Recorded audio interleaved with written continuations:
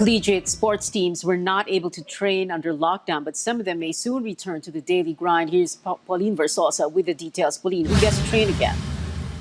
Well, that's right, Pia. Student athletes may now resume training in areas under general community quarantine and modified general community quarantine. Now, this will not be limited to just basketball and the UAAP, but all types of sports and collegiate leagues in the country. But before this takes effect, Chairman Popoy de Vera of the Commission on Higher Education says CHED will create a technical working group with concerned government agencies and representatives of collegiate leagues to craft the guidelines. And according to de Vera, this may take about 2 to 3 weeks.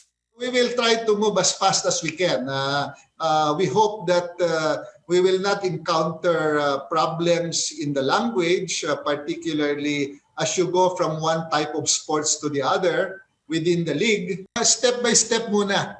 I think what the IATF did was because it appears that allowing training for professional athletes seem to be doing well. That's why the IATF decided to expand it to training of collegiate athletes.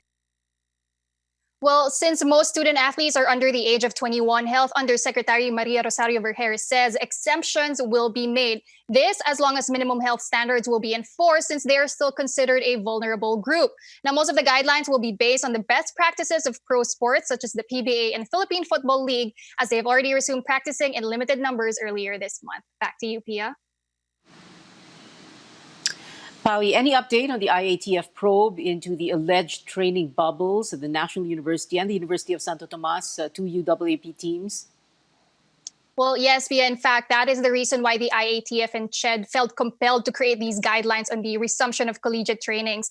Chairman de Vera said the CHED has already finished its fact-finding report on the alleged training bubble, and they have issued show cause orders for both UST and NU for them to explain why they shouldn't be sanctioned for their actions. But what was clear, he said, was that UST held a training bubble in Sorsogon, and likewise NU also admitted that their women's volleyball team trained in a facility outside Metro Manila. But as of now, de Vera says it's still too early to conclude if there will be penalties against these universities. So for now, they've elevated this issue to the DOJ and DILG for further investigation. Yeah.